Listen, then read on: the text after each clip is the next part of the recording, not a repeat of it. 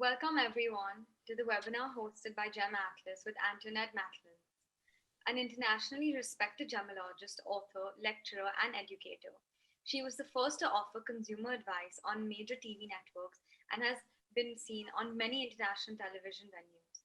She has also written 7 highly acclaimed books on gems and jewelry, covering diamonds, colored gemstones, pearls, and engagement and wedding rings. In addition, Matlins has an has a record for translating complex material into practical, useful, hands on training workshops and customized training for consumers, retailers, and trade organizations.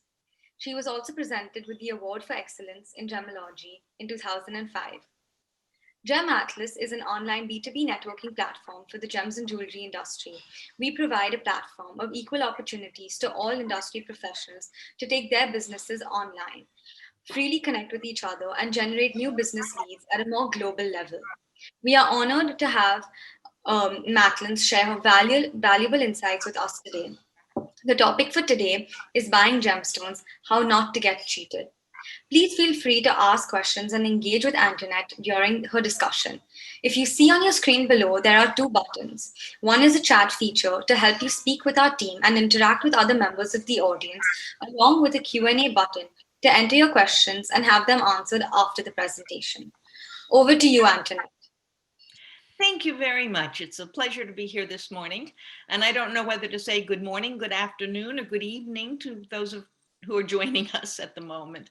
Yes, it's very interesting that people who are in the trade think because they're in the trade, no one will ever attempt to cheat them or deceive them in any way. And people who aren't in the trade tend to think that as long as you're dealing with somebody who's honest and knowledgeable or been in business a long time, which is the proof that they're knowledgeable and honest, that all is well in the world. And I hate to be the one to disprove that. It all boils down to whether the person is honest and knowledgeable. And that way, you know they're trustworthy. But if you don't know anything yourself, how do you know they're honest? How do you know they're trustworthy? Unless you know what questions to ask, what to get in writing on the sales receipt, and more importantly, where or how to check the stone or the jewel to make sure it is as represented, then you have no idea what you have, basically. And things like reports, certificates, there are counterfeit GIA reports. There are jewelers in New York City, for example, dealers, diamond dealers, who buy, or I should say, who submit a diamond to GIA, get a report, very fine report on the very fine diamond. Then they mass produce those reports and sell much less fine diamonds with a report that doesn't match that diamond. But if you're a customer, you're a layperson, you don't know. I remember being in my dad's office when I was a teenager. This is a long time ago. And he was looking at a diamond with a, quote, GIA report that looked fabulous. I mean, the report looked fabulous. And then he looked at the stone, and with his eye alone, in this case, he knew something was wrong. And the first thing he did was check to see if it was clean, because it just didn't have much oomph. And so he made sure it was professionally cleaned. He cleaned it and had me look at the stone again, and it still looked not right. And he then asked the person, about the stone, where they got it, and they then produced a GIA report to go with this diamond. And my dad looks at the report, and he looks at the diamond, and he shakes his head, and he gives me the report to look at and the diamond to look at, and I shake my head. And when my father proceeded to explain that the report didn't match the particular diamond, she became incensed because her mother And her aunts and everybody in her family had been dealing with this dealer for years. And he was the nicest, most knowledgeable person they knew. And so they didn't believe my father. My dad was a very good friend of a wonderful man at the time at GIA who has subsequently died many years ago now, by the name of Bob Crowningshield. So my father called Bob and said, I'm sending a stone back. It has a report from GIA that does not match this stone, but the client seems to think I'm the one who doesn't know what I'm talking about. So I'm going to have her bring it to New York and submit it to you. And please make sure she has something that she can see in the stone so that when she picks it up, she can identify it as the same stone that was submitted. And Crowningshield knew something was up. And she went to New York because when my dad told her what he thought it was so far off the mark. It was such a low quality, and she thought she had bought a very fine diamond. So she went to New York. She had a private meeting with Bob Crowningshield. She gave him the diamond. She watched while he did everything. And then he came up with what the grades were and what he didn't talk about value, but he said, you can see that the color is actually several grades lower than what is indicated on the report. The clarity is, back then he called it the flaw grade. They didn't use clarity at the time. The flaw grade is much lower than what's indicated on this report. He said, we issued this report. I said, it's in the files, but this isn't the stone on which this report was issued. And this report is a copy of our report. So it was just such a stunning thing that this person thought, because her to me at the time, because her family had been using this jeweler for years, and they bought stones with reports on them, or certificates as they used to call them. My father said to me at the time something I've never forgotten, and I have the book from which it came. There's a quote. It goes, to tell the truth, there is no fraud or deceit in the world that yields greater gain and profit than that of counterfeiting gems, unquote. It was written in the year 77 AD by the Roman historian Pliny. Now, some things just never change. And with regard to gems and jewelry, it's easy for people to rationalize cheating somebody on a piece of jewelry or a gemstone, because after all, it's not like taking food off of the table or any of those things. That's what people say. Well, of course, it's wrong. And many times people invest, quote unquote, in a beautiful gem, hoping that over time it will have both emotional value, and if they're very fortunate, the gem itself may go up in value and they can leave something having, quote, enduring value to a loved one. And sometimes, as we all know, people do part with their gems because they need to, in the real sense of the word need. And depending upon how many years or decades or generations it's been in the family, it can in fact be a source of financial help. So proper representation is essential. And it's essential so that people are getting what they're being told they're getting, so that they can make the choice as to what they really want and choose among different sellers based on reliable facts, not what somebody's telling them something is versus what it really is. And I won't even get into the painted diamonds that were very popular in the jewelry wholesale districts way back in the 40s. People went to jail for selling diamonds where a coating was put on the pavilion, sometimes the whole diamond and sometimes just the girdle, to whiten it. And that technique could whiten a diamond temporarily for anywhere from, from a D color down 6, 7, 8 grades difference between the actual body color. So It's the kind of thing where once they were discovered, people went to jail and you stopped seeing it. Then about 15 years ago, it resurfaced. And I had a client looking for a diamond. And they had a limited budget because their diamond was stolen. They had an insurance settlement.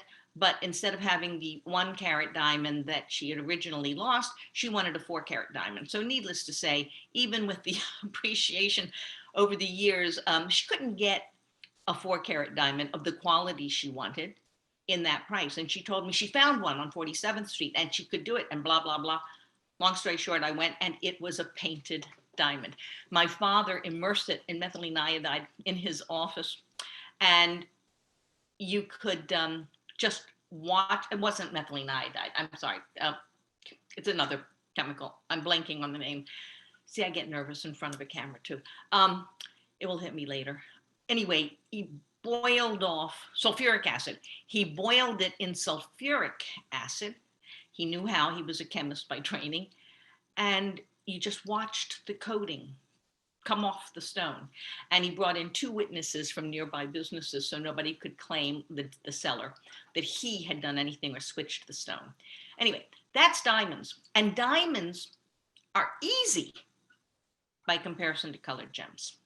And that's where we're going to talk about what you do to protect yourself and what tools can be very, very helpful to you. Simple portable tools. I used to travel with just this little packet in which I had my loupe, my Chelsea filter, my calcite microscope, which is here somewhere. Oh no, it's in here. Sorry. My calcite microscope, little simple thing. And it's loupe Chelsea filter microscope. My father could identify back in the 40s, 50s, 60s, about 85% of things he saw in his office with just those 3 tools in terms of what they were. And very often, whether they were natural or not, but things change. I suddenly had to add a dark field loupe. And then I had to add a diamond spot type spotter. And then I had to add a long wave, short wave, ultraviolet lamp.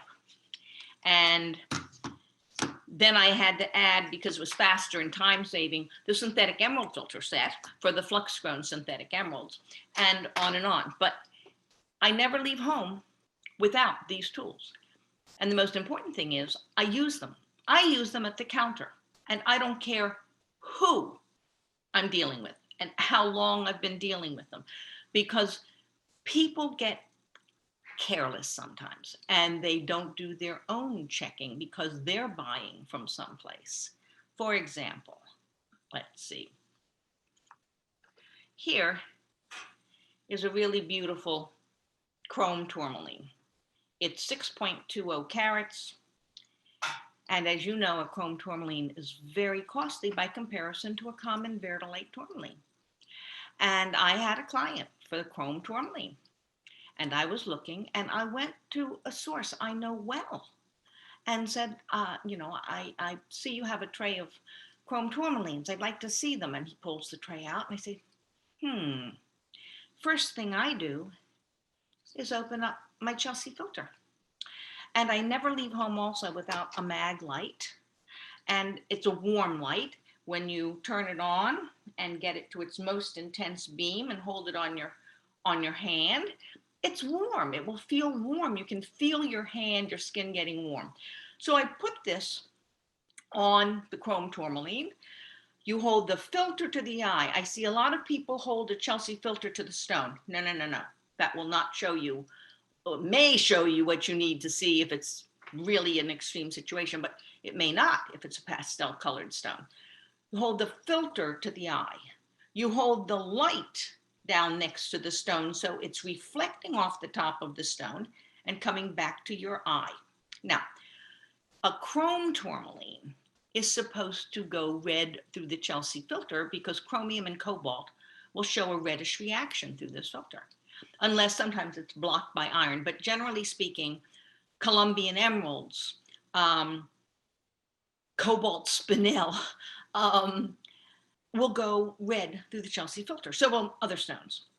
So most people, when this was first developed, it was called the emerald filter. It was to separate emeralds, which at that time mostly came from Colombia, from those grown in a laboratory. And the laboratory ones did not go red through the filter, and the real ones did go red through the filter. So it was meant to separate natural from synthetic emeralds. I use it now, the first thing I ever used for any gem, and I'll explain why in a minute. But anyway, here's the chrome tourmaline, which was selling at the time for about $400 per carat in the 5 to 6 carat size, versus a verdolite tourmaline, which was selling for anywhere from $20 to $30 per carat. So huge difference in price. And I'm looking at, and this was a knowledgeable, reputable dealer. I'm looking at these stones, and two of them, color-wise, didn't look quite right. I pulled out the filter. Two did not go red through the Chelsea filter. The others did. I said, "You've got a mixed tray here." He said, "What do you mean?" I said, "They're not all chrome tourmalines." He said, "What do you mean? Of course they're chrome tourmalines. I got this whole parcel in Eder Oberstein."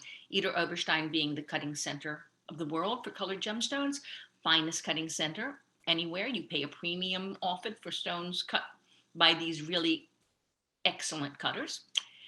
And I said, "Well, I don't know what to tell you, but you look, you're knowledgeable. Chrome tourmaline, it will go red through the Chelsea filter." And he takes my filter from me, puts it to his eye. I hold the light next to the stones, and sure enough, only two, but two in that size up the profit on that parcel for the seller by a significant amount of money. And he pulled out the sales receipt to show me because he was so afraid I would think that he was being dishonest. And it showed those stones. He hadn't sold any yet, same weight. And I said, "Well, if I were you, I would take them back." And here again, it may not have been intentional fraud or deception. It may have been that somebody sorting stones, all green, accidentally mixed in two non-chrome tourmalines. Or it could have been that one of the people who was responsible for putting the stones together had just, taken a couple out and substituted a couple that weren't thinking. Nobody would know. And if they did, they couldn't prove who did it if it ever came out.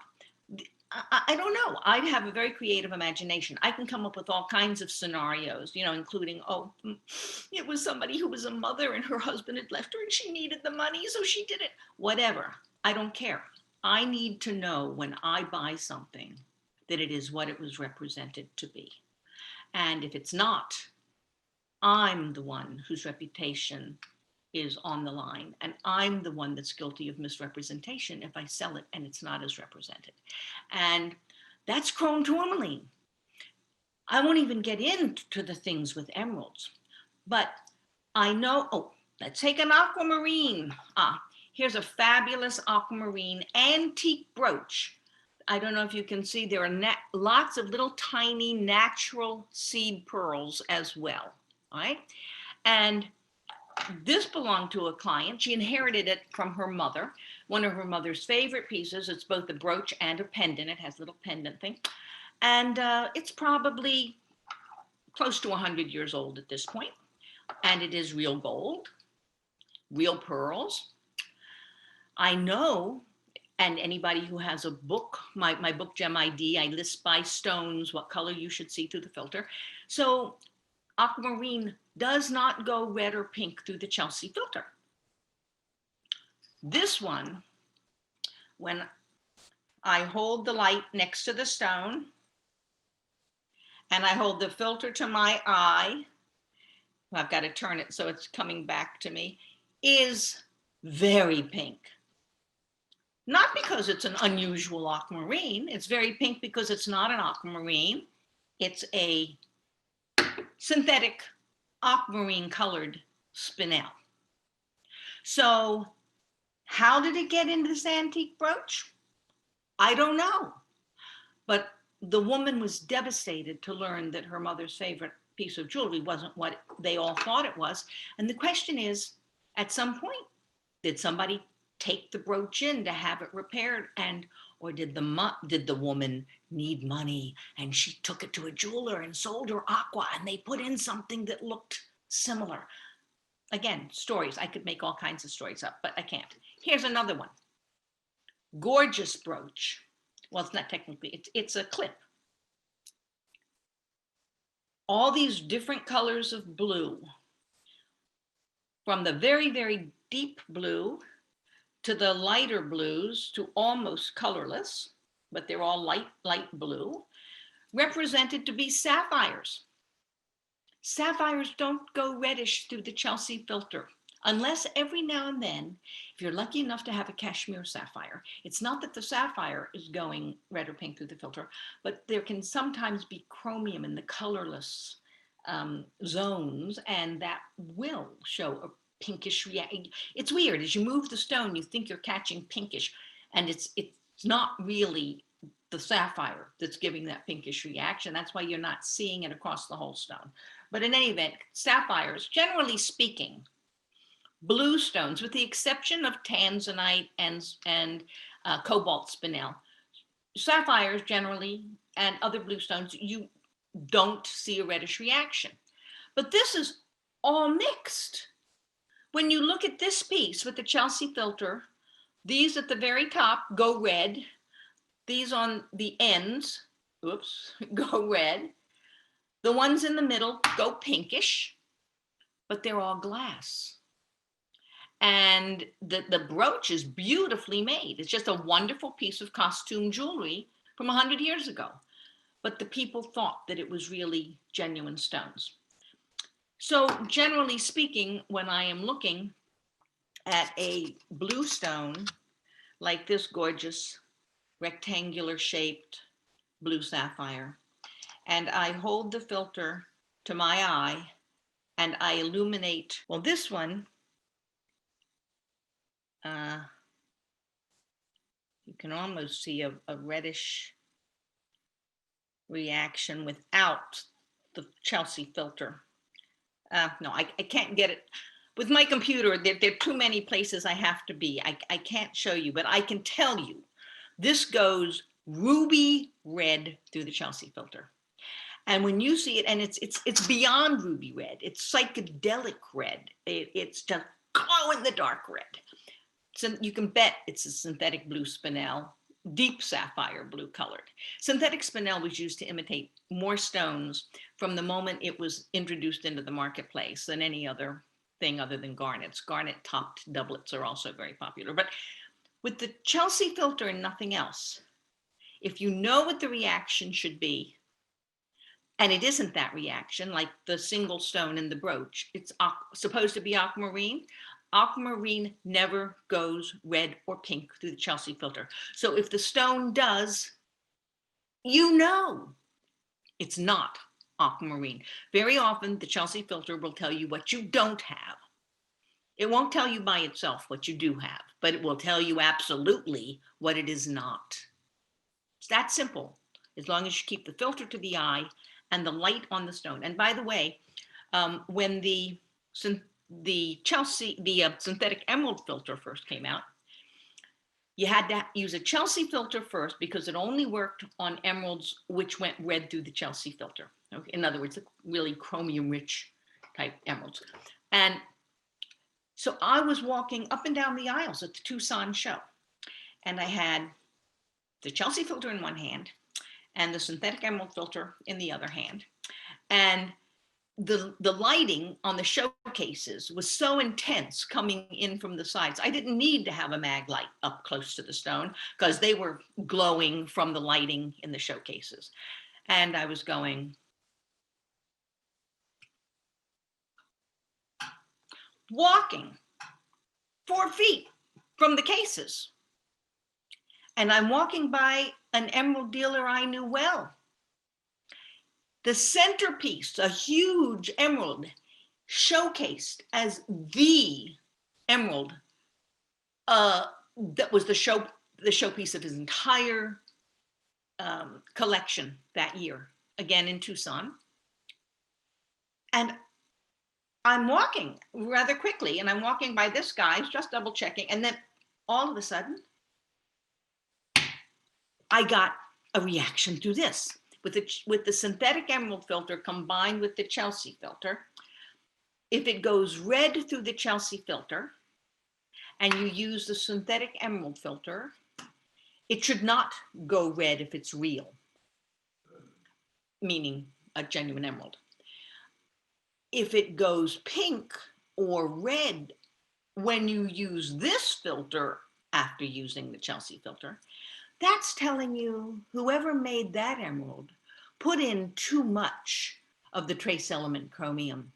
It was made in a laboratory or factory, whatever you want to call it. It was not a natural emerald. Now, this man was the Emerald King. He died a number of years ago now. And he used to kid me and my two sisters, who are also gemologists, and we use hair tools. So he used to kid us, and he used to say, you can keep walking, girls, you can keep walking. Well, I stopped and I came over to him and he said, right, Antoinette. I said, seriously, we have to check this. Now, the synthetic emerald filter was brand new. My first thought was, there's something wrong with the filter. Okay, so we go out of the showroom up to the GIA instruments exhibition where they had a microscope. They even had an immersion microscope, and we checked this emerald, synthetic. The guy was mortified. He had himself invested a huge amount of money in that emerald.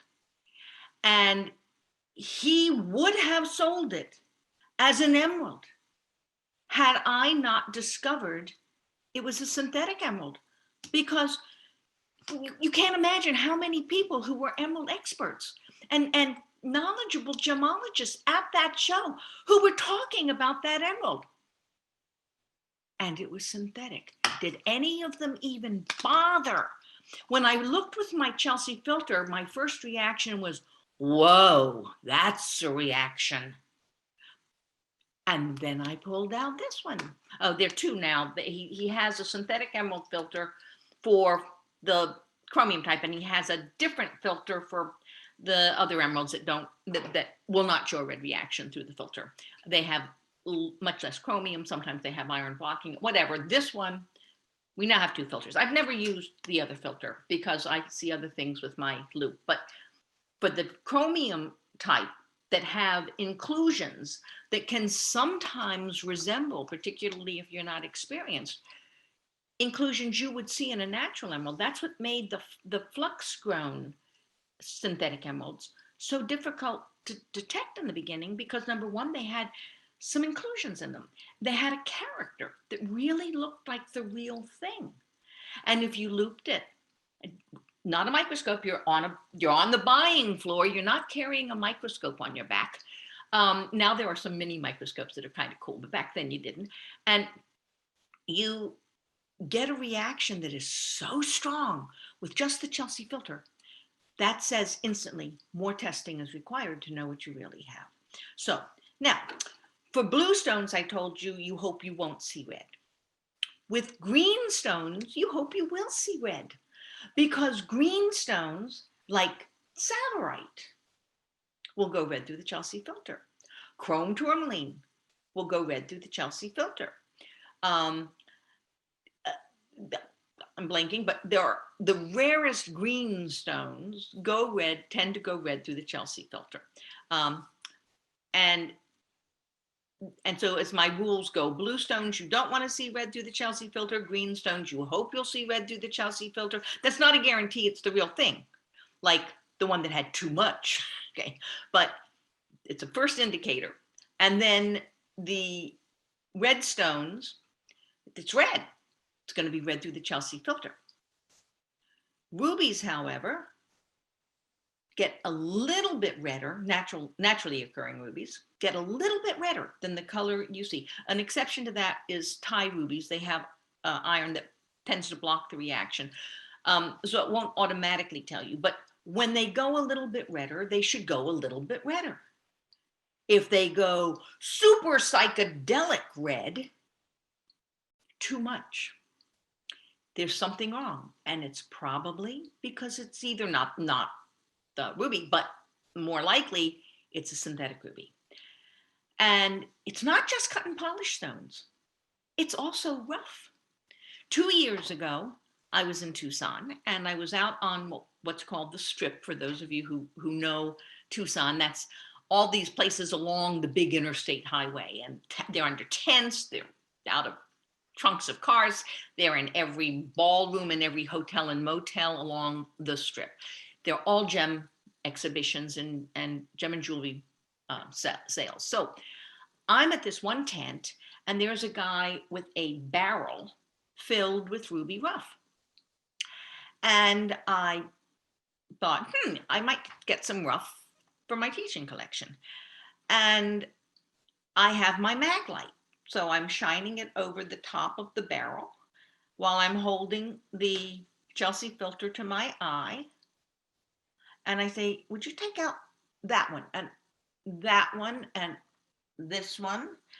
And we're talking stones that in the rough are like 5 to 10 carats, right? And that one. And the guy starts laughing. I said, you're laughing? Why are you laughing? He said, I know what you're doing. You're pulling out the synthetics. I said, so you know what I'm doing? And he pulls out his own. He said, of course I do. But he said, I'm shocked that so many people buy rough without using that to check it out, because that's the fastest way to pick out the synthetic ruby from the natural. And yeah, it's knocked up and banged around and they make it look like it's rough. But yeah, you're a smart lady.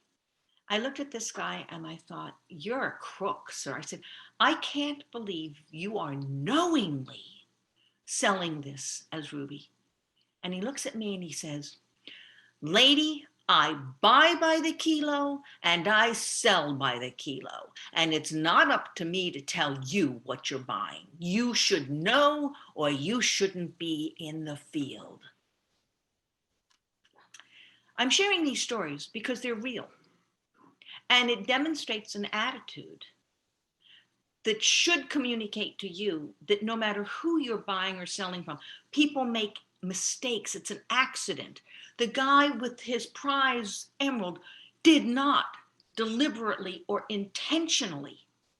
And he used to say to me and my sisters, whenever I can't tell a ruby with my eye is the day I should retire.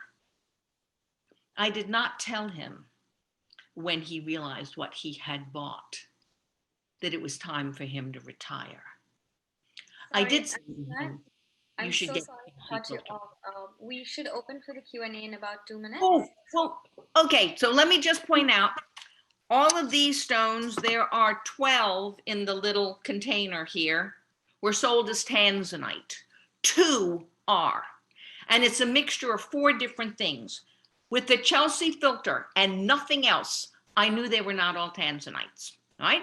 And they didn't tell me what they all were, but they told me again. And then in case you've never used a Chelsea filter for Paraíba tourmalines, I have a case, a little container, 4 Paraíba tourmalines over a carat each, except only 2 are Paraíba tourmalines. One is a Paraíba tourmaline colored synthetic corundum, and one is an apatite, a naturally occurring stone, but of course nowhere near as rare, desirable, or costly as the Paraíba tourmaline. When I pulled out a Chelsea filter at the tourmaline dealers, this was a different dealer for the Paraíbas, he looked at me like I was nuts until I pointed out to him that he had some non-Paraíba tourmalines mixed in with what he was selling. So it happens. So red stones, blue stones, green stones, any colored stone. And again, you don't have to know anything to know that if you are looking at anything, a bracelet, a parcel, a bunch of rocks or minerals in a showcase, if they're the same gemstone in more or less the same color, whatever you're seeing through the Chelsea filter should be the same thing. Maybe if it's lighter and darker shades of whatever it is, what you're seeing could be maybe lighter and darker, but it should be the same thing. When it isn't, something's wrong. It takes 1 second to look. You just need to hold the filter to the eye and the light, a warm light next to the stone, so the light is reflecting off the surface back to you. It's all you have to do. And it is the first tool I ever use with colored gemstones. I can't believe how much time I've spent already. I tell too many stories. But I hope anybody listening will never look at any colored gemstone in the future without having a Chelsea filter in their pocket and just pull it out and look. And I think we're going to have to postpone the next step, which is using the microscope and the loupe. And with those 3 tools, you can still, even today, pretty much know what you're looking at, or if there's a reason to use another tool. And that includes treatments as well, things that you will see when you add the dark field loupe. You can instantly spot fracture filling in diamonds. You can easily spot fillers in colored gemstones. So there's a lot we need to cover, and hopefully I'll come back and we can deal with the microscope, and we can deal with the dark field loupe, and my other very favorite tool, the little portable a long wave, short wave UV lamp. Oh goodness, what you can do with diamonds and colored gemstones today, the importance of that long wave and short wave, you have to have both, are fascinating and fun. So we'll come back and we'll talk about those things. So I guess now we should open up the answers, hopefully, open it up to questions. Yes, definitely. So now we'll open up to the question and answer session. We have a couple of questions coming in. We have a question from Amrish. Hi, Mrs. Matlins. Would you also be kind to talk about buying rough stones too, if possible, if you didn't already speak about them? Okay, well, I mentioned the rough rubies, but it's the same thing whether it's a rough sapphire or rough emerald. If you use the Chelsea filter, and I carry my little mag light. It's a warm light, right? Just to make sure I have the right lighting to see what I need to see. And incandescent warm light is very important to use when you're using a Chelsea filter. It is also important not to put it in the palm of your hand. See how pinkish my hands are? If you're dealing with pastel colored stones, you might make a mistake.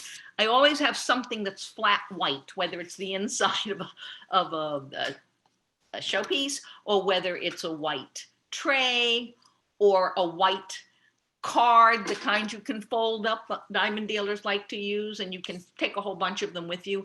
But flat white, light on the stone, filter to the eye. Chelsea filter is the first thing you should look at when you're buying rough colored gemstones, regardless of the stone. Because again, if you're looking at rough that's more or less the same color, the reaction should be more or less the same. And if it isn't, something's wrong. And usually if they're mixing in things which are not the same gemstone or glass or synthetics, you're going to see a difference with the Chelsea filter. So that would be the first thing I would recommend you do when you're buying rough colored gemstones. Grading rough is a whole different subject.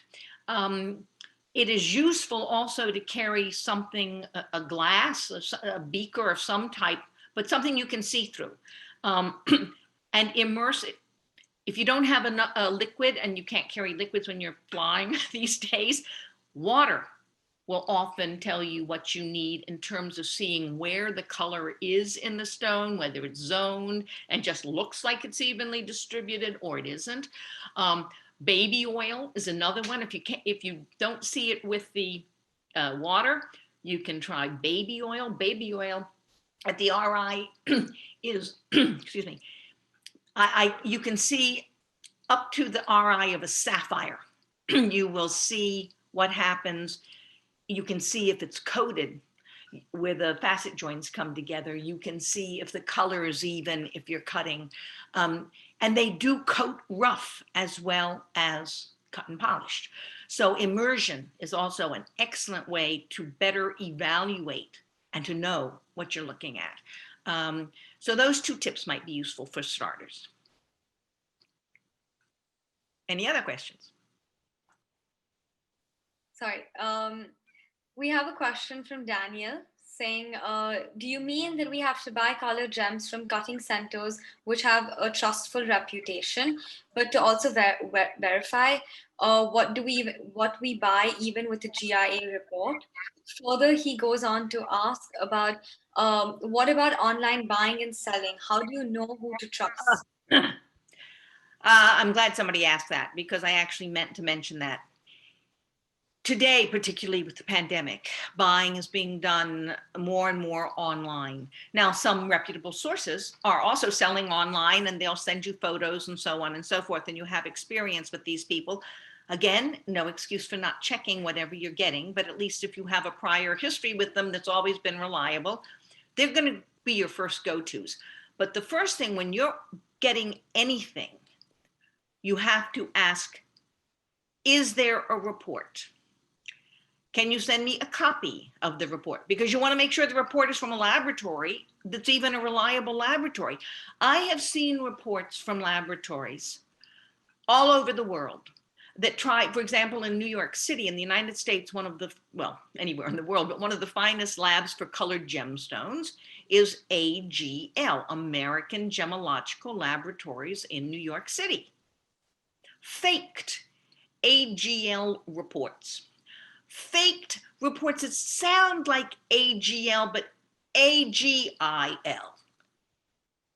The average consumer or somebody who's inexperienced, all these initials, AGL, AGIL, they get confused. They think it's the right report when it's not the right report, but they're faked colored reports. What AGL, there's another wonderful laboratory in Europe, GemLab Liechtenstein, excellent for colored gemstones, SSEF, Gubelin. I mean, there are some excellent laboratories. There are some fabulous ones also in Bangkok and Hong Kong.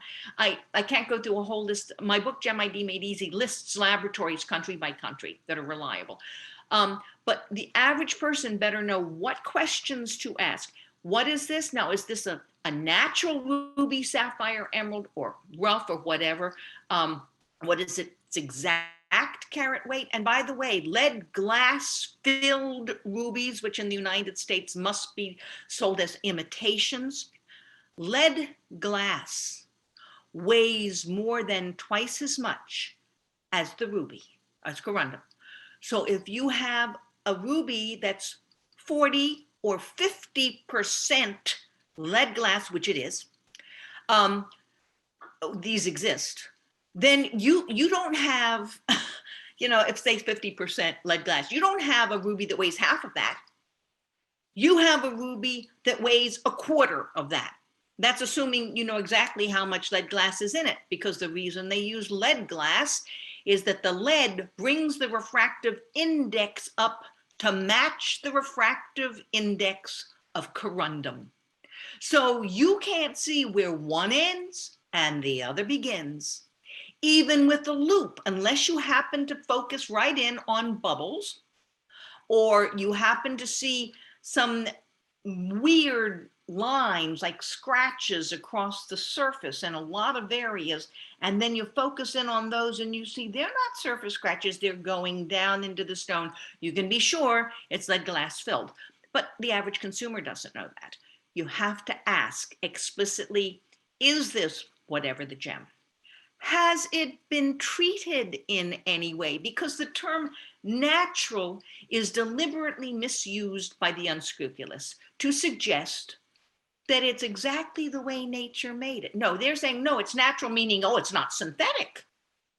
Well, of course it's not synthetic, because synthetic has to be described as synthetic. So when you say ruby or sapphire or emerald or topaz, at least in the United States, and I know Europe, the European nations have similar regulations, you can't say, when you say ruby, blah, blah, blah, it's natural, because you can't call it a ruby unless it's natural. So use of the term natural is like saying to somebody who's not knowledgeable that it's untreated, okay? So you have to ask explicitly whether they're saying this is a natural ruby or a natural sapphire or a natural emerald. Is it treated in any way? And if so, how is it treated? And then you get all of that information in writing on their invoice. Their sales invoice to you must state everything they have disclosed and described the stone to be. And then don't stop there. Don't assume that because they put it in writing, it's true.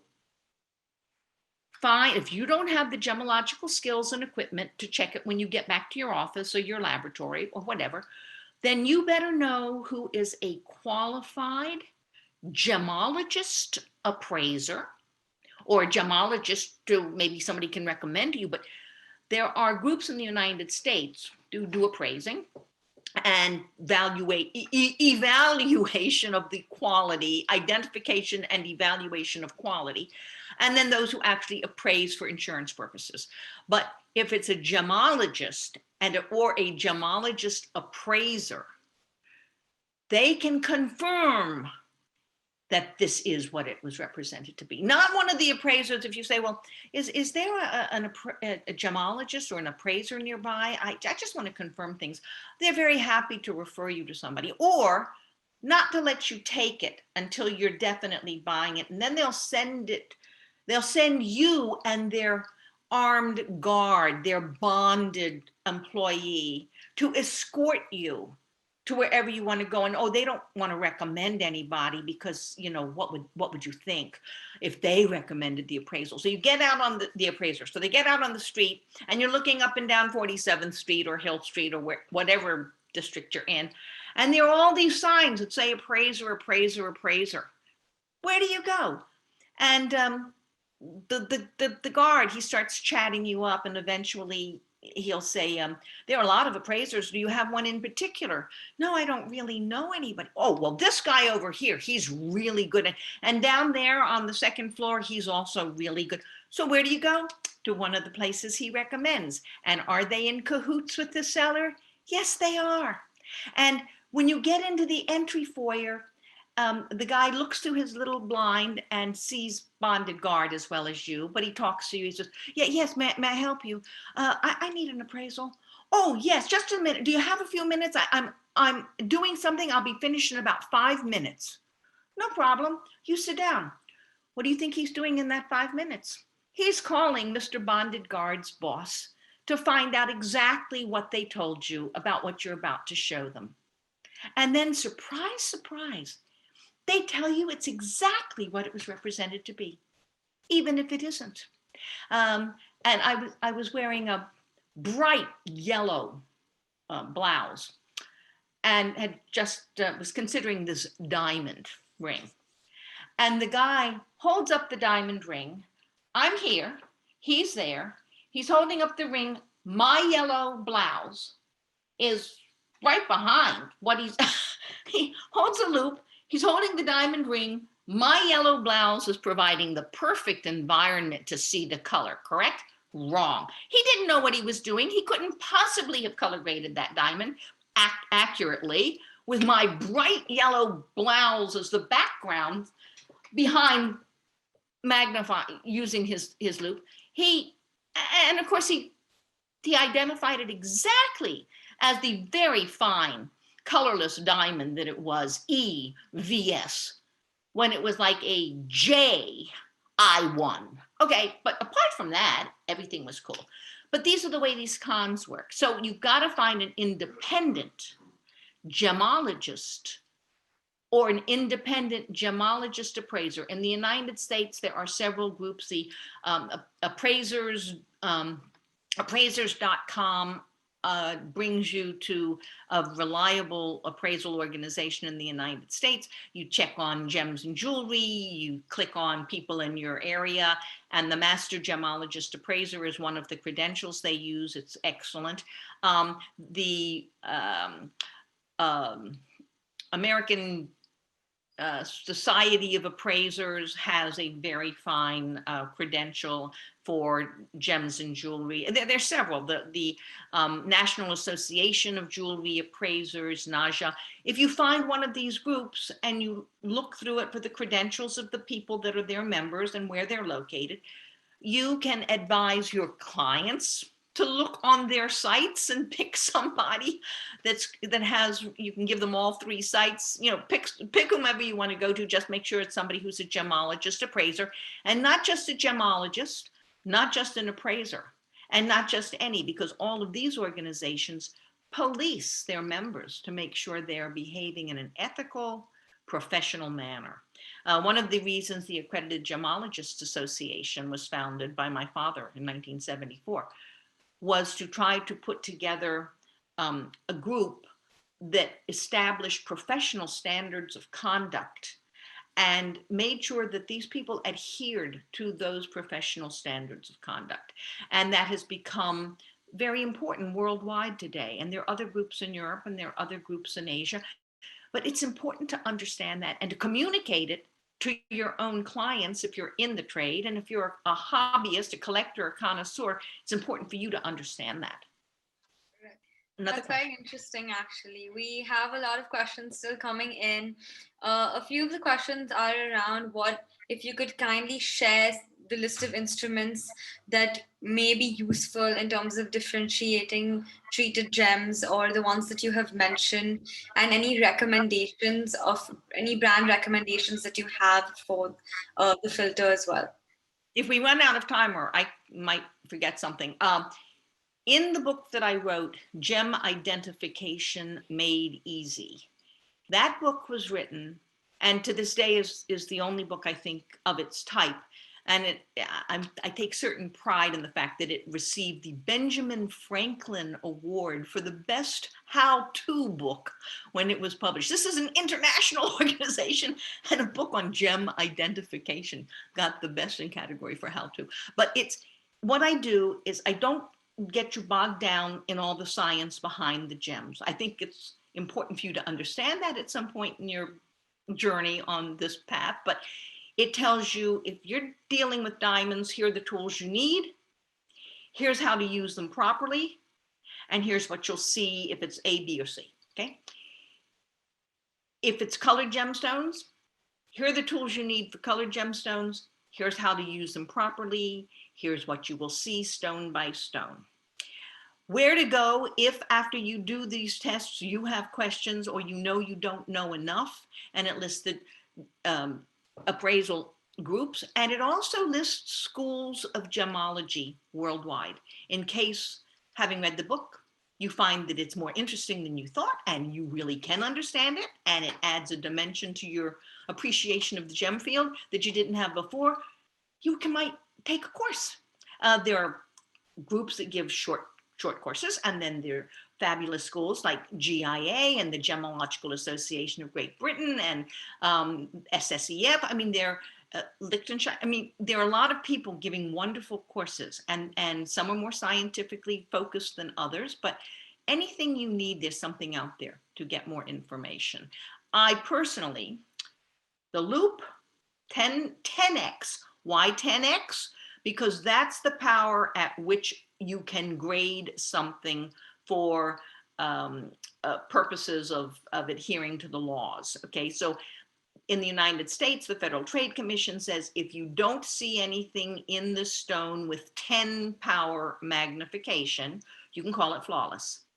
But there's really no such thing in nature as flawless. Diamonds, if you go to a higher magnification, something that was flawless at 10 power may be very interesting in terms of its inclusions at 20 power. With gemstones, so anyway, a 10x loupe. For diamonds, also the dark field loupe, and of course the mag light on which it fits. Between and UV lamp to determine whether the stone exhibits any fluorescence. And that is a very important thing today, the fluorescent reaction in separating lab-grown diamonds from natural diamonds. Anyway, a UV lamp, a loupe, and a dark field loupe are really essential tools for diamonds. A dark field loupe, a loupe, oh, and an ultraviolet lamp. A dark field loupe, a loupe, an ultraviolet lamp, the dark field loupe, but also the Chelsea filter, which I've just shown you today, and the dichroscope. That's this little tool. And when you look through the round end, big round end. I don't think you can see it here. Looking through this end, on the other end, you'll see two little boxes because colored gemstones, most colored gemstones are what we call dichroic. They show two colors. When a ray of light goes through a stone, the stone will cause it to split into two rays. And depending upon the angles and the speed, what comes out the other side, if you could see it with the eye, would be two different colors or two different shades of the same color. You can't always see it with the eye. But this little thing, you have to check the stone from multiple directions, and you have to turn it while you're looking. And those little windows, you'll see maybe in a sapphire, oh, let's take the emerald again. In an emerald, you may see a bluish green and a more yellowish green. In a ruby, you may see orangey reddish and a more purplish reddish. And the deeper the stone in color, the stronger those colors should be that you see. And the paler the color, the paler the colors should be. So it helps you very quickly by the colors, because most gemstones have a unique set of colors that you see. So if you see those two colors, you know it's this stone. If you see those two colors, you know it's another stone. So the dichroscope can help you separate like a green tourmaline from an emerald from a green garnet. Garnets, there's only a short list of gems that don't divide into two rays. We call these single refracting. Only one ray goes in, only one ray goes out. With the dichroscope, whatever color you're seeing, no matter how many different directions you've checked, you'll see the same color in both windows. But if it's, so a spinel, red spinel, you don't want to see two colors. If you do, you may have a synthetic corundum being passed off as a spinel when it isn't. But of course, if you put that on a refractometer, you get totally different readings. So you'd know it wasn't. If you only have one tool for colored gemstones, well, no, you have two tools for colored gemstones, the dichroscope and the Chelsea filter. You'll know whether they're single refracting or double refracting. If they're single refracting, they can only be one of those stones on the very short list, like a spinel, a garnet, glass, synthetic spinel, plastic, a diamond, but it's a short list. So you can very quickly figure out what the stone is, and whether it's single refracting, whether it's double refracting, and then whether it shows a red reaction or not through the Chelsea filter. With these two, you can basically identify almost any colored gemstone. You add the loupe, and that's going to show you telltale indications. For example, a lot of synthetic rubies and sapphires are used instead of naturally occurring rubies and sapphires in antique pieces, in ancient pieces that even predate the introduction of these. Stones have been removed and synthetics replaced them. So you can never tell just by the age that something is or isn't a synthetic, but the synthetics are used, and the Chelsea filter and the dichroscope will help you identify them. And the loupe will tell you, the early synthetics, sapphires, I think of it as the drip method. They put together the chemicals, the same recipe Mother Nature uses. And you have this molten liquid, and it comes through these tubes. Okay, and it drops, drip, drip, drip onto this thing that collects it, and a boule is formed. Think of a puddle. When a raindrop hits a puddle, there's displacement. In these old type synthetics, which are the ones they use for the fakes, the flux-grown synthetics are too expensive themselves to use in faking things or mixing in with parcels. It's very rare that you see a flux-grown synthetic. You see early type synthetics. Those early type synthetics almost always have these curved concentric bands, just like the grooves on a record. Oh, some of you may be too young to understand what a record is, but when I was growing up, you put a record on a phonograph and it played music and you danced or you listened or whatever. Anyway, and they have grooves, concentric curved bands. Sometimes they're real clear. You see them immediately throughout the stone. Sometimes you only see them in one little part of the stone, but you can see them with the loupe. You just have to know how to use the loupe properly. You've got to move the stones. You can catch the light so that the light reveals these curved striae. You have to look through it. You have to look with reflected light. You have to look in a number of different ways. But a loupe alone will show you those internal characteristics that will separate the naturally occurring from the synthetic. And the identity of the stone itself is very quick and easy with a Chelsea filter and a dichroscope for colored gemstones. I hope that answered that question. Long wave won't hurt you. Short wave will hurt you. So if you use goggles or you wear glasses, that gives you a filter that's beneficial. You should never, for example, this model that I have, to see this little slide, it's marked down here, short wave. That means this is the short wave side. So when that's covered, you're not exposed to it when you're using the long wave. When you're using the short wave, you know, do not go like this to look at it, and never turn the lamp on until you know which wavelength is being emitted. Okay, this is the long wave side. I see that. Now I'm going to turn the light on, and I know this, this is the long wave side.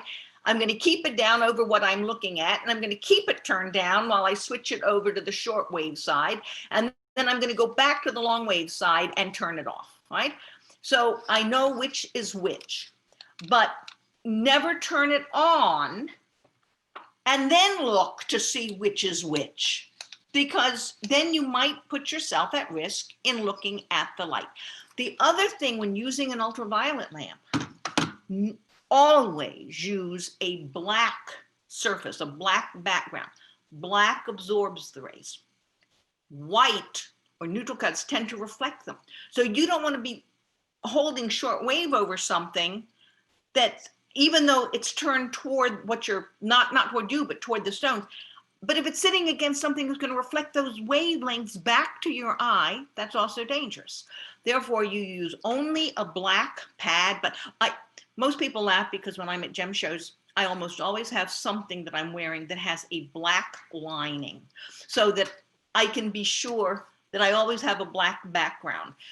Once I was in Tucson, it was a hot, hot day. I was wearing something that did not have a jacket and didn't have a lining, and it was not black in color. And suddenly we needed to use the ultraviolet lamp to check a stone. We had some big questions about it. And we're looking around. We can't, I mean, the floors are lit up. You can't use a UV lamp and see much of anything on the floor. So we went out into the hallway, and there were tables lined up for people's, the magazines and newspapers and things like that. And they have skirts on the tables. And the carpet was super dark gray, almost black. We got down on our hands and knees and went under the table, under the flap, put the stones down on the carpet, turned on the light, saw enough to know exactly what we had. So I now carry a black cloth in my other little bag. You'll see there's a black cloth. I got smart after a certain number of years. Why go to so much trouble? I just now have a black, I still have to have a darkened environment. Once with a client, we were at a major retailer in New York City, and they called me to help them make a decision between something that Cartier was selling and something Winston was selling. And they didn't have, the salespeople could answer none of my questions.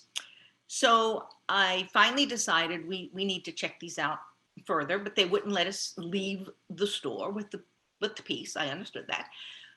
I said, do you have a closet? And they looked at me like I was nuts. And my two very distinguished, elegantly dressed elderly couple and I squeeze into a broom closet, turn off the light, turn on my ultraviolet lamp, and we discovered that it was not what they represented it to be. And interestingly, it was not owned by Cartier. It was on memorandum to Cartier from one of the dealers. And the dealer had misrepresented what was being sold. So again, this was Cartier. Sorry, I shouldn't have told you which of the two had made the mistake. But in any event, it was rectified. They were mortified. And actually, the chairman of Cartier called me to thank me, because he said, had I not discovered that, they could have sold it. And then if they had taken it to have it appraised and found out what it really was, that they'd have lost a customer for life. And not only that customer, but whomever that customer spoke to about their horrible experience. So yeah, anyway. So UV, yes, UV can be dangerous, and yes, you need to use it properly, but always view on black or a dark, dark, dark gray. And you need to use it in a room where there's not extraneous light. So see what you need to see. And the last thing in using the UV lamp, which most gemologists did not know until a couple of years ago. Very often, because we're used to just putting the stone under the light, see what it says, okay, oh, what was that, 4 seconds? We learned from this wonderful young gemologist in Liechtenstein, the lab, GemLab, that some stones show no fluorescence immediately.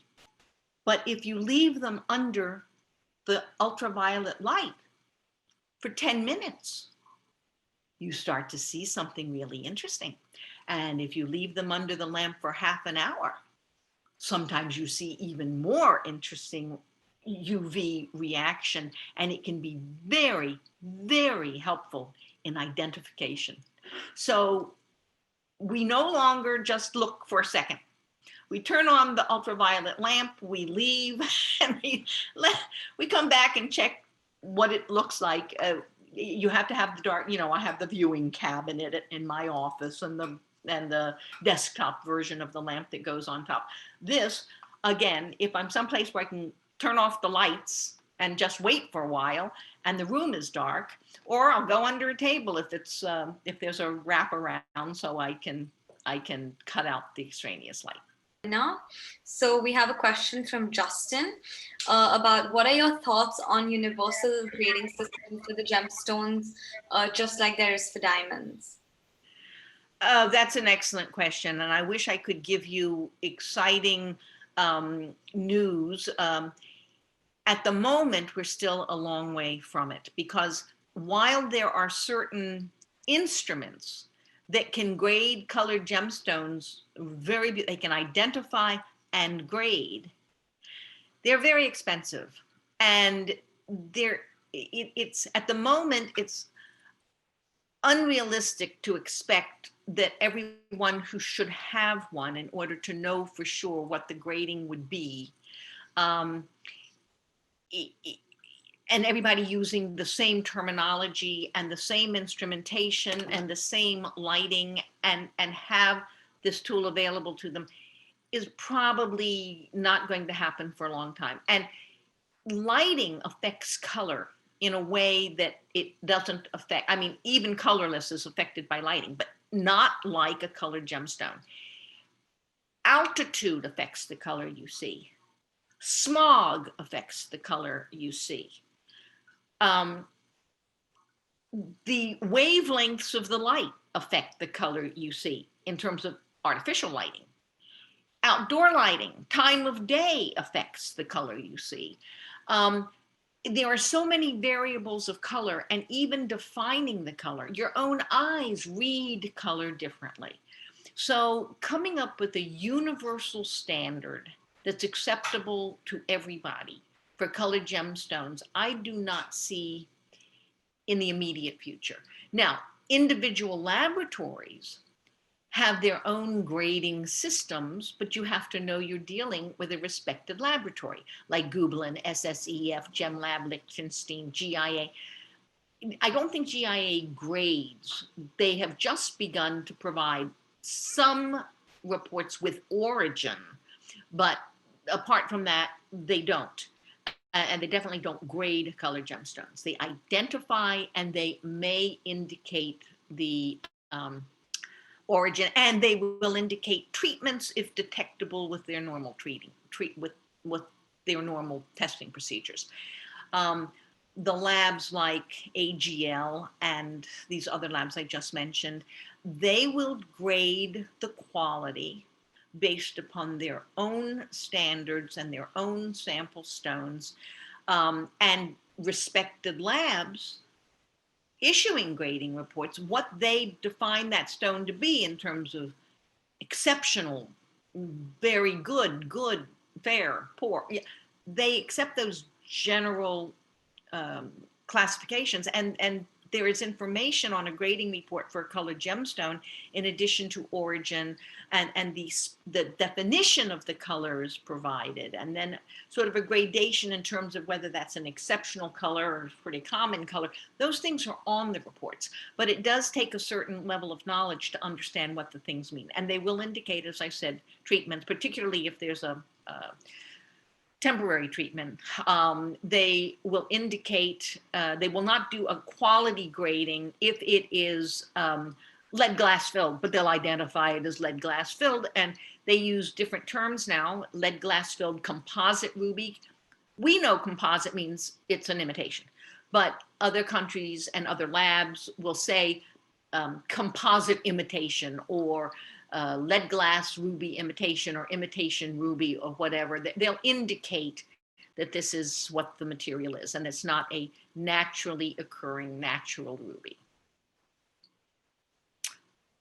I think that's the best. But I would like to thank you so much for such an informative and engaging session, in fact, and your valuable time. And we would like to thank our audience for such an active participation. And we hope you enjoyed the session and use this knowledge to the best of your advantage in your respective businesses. You can definitely ask any other questions that you have. You can email it at info@gematlas.com, and we will forward the same to Antoinette. That way, all the questions can definitely be answered. So thank you once again, and can I also thank everybody who tuned in? There's quite a number, and you hung in there for this whole time. Thank you. And thank you for being interested in learning more about this wonderful topic. Thank you very much. Thank you all. Bye-bye.